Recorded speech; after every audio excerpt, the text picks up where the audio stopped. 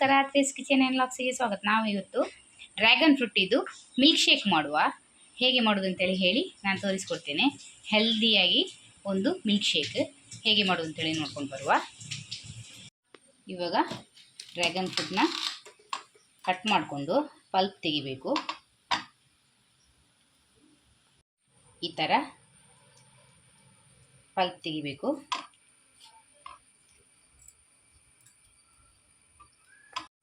ಇವಾಗ ಪಲ್ಪ್ ತೆಗೆದಾಗಿದೆ, ಹೀಗೆ ಕಟ್ ಮಾಡಿಕೊಡುವ. ಇವಾಗ ಮಿಕ್ಸಿ ಜಾರ್ಗೆ ಹಾಕ್ಕೊಡುವ.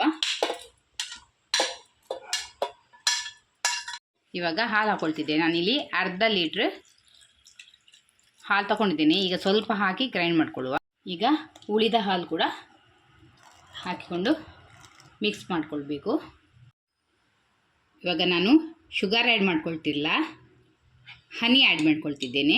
ಜೇನುತುಪ್ಪ 2 ಟೀ ಸ್ಪೂನಷ್ಟು ಜೇನುತುಪ್ಪ ಹಾಕ್ಕೊಳ್ತಿದ್ದೇನೆ.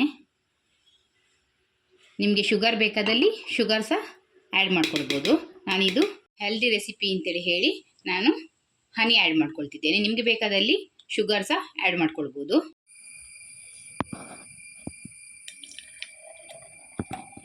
ಈಗ ರೆಡಿಯಾಗಿದೆ, ಹೇಗೆ ಕಲರ್ಫುಲ್ಲಾಗಿ ಬಂದಿದೆ ನೋಡಿ. ತುಂಬ ಟೇಸ್ಟಿಯಾಗಿರ್ತದೆ. ನಿಮಗೆ ಬೇಕಾದರೆ ಇದಕ್ಕೆ ಬೇರೆ ಫ್ರೂಟ್ಸ್ ಸಹ ಆ್ಯಡ್ ಮಾಡ್ಬೋದು. ನಾನು ಖಾಲಿ ಡ್ರ್ಯಾಗನ್ ಫ್ರೂಟ್ ಆ್ಯಡ್ ಮಾಡಿದ್ದೇನೆ. ನಿಮಗೆ ಬೇರೆ ಫ್ರೂಟ್ಸ್ ಕಟ್ ಮಾಡಿ ಸಹ ಹಾಕ್ಬೋದು. ನಾನೀಗ ಡ್ರೈ ಫ್ರೂಟ್ಸ್ ಹಾಕ್ತಾ ಇದ್ದೀನಿ, ಬಾದಾಮು. ನಿಮಗೆ ಬೇರೆ ಡ್ರೈ ಫ್ರೂಟ್ಸ್ ಸಹ ಆ್ಯಡ್ ಮಾಡ್ಕೊಳ್ಬೋದು.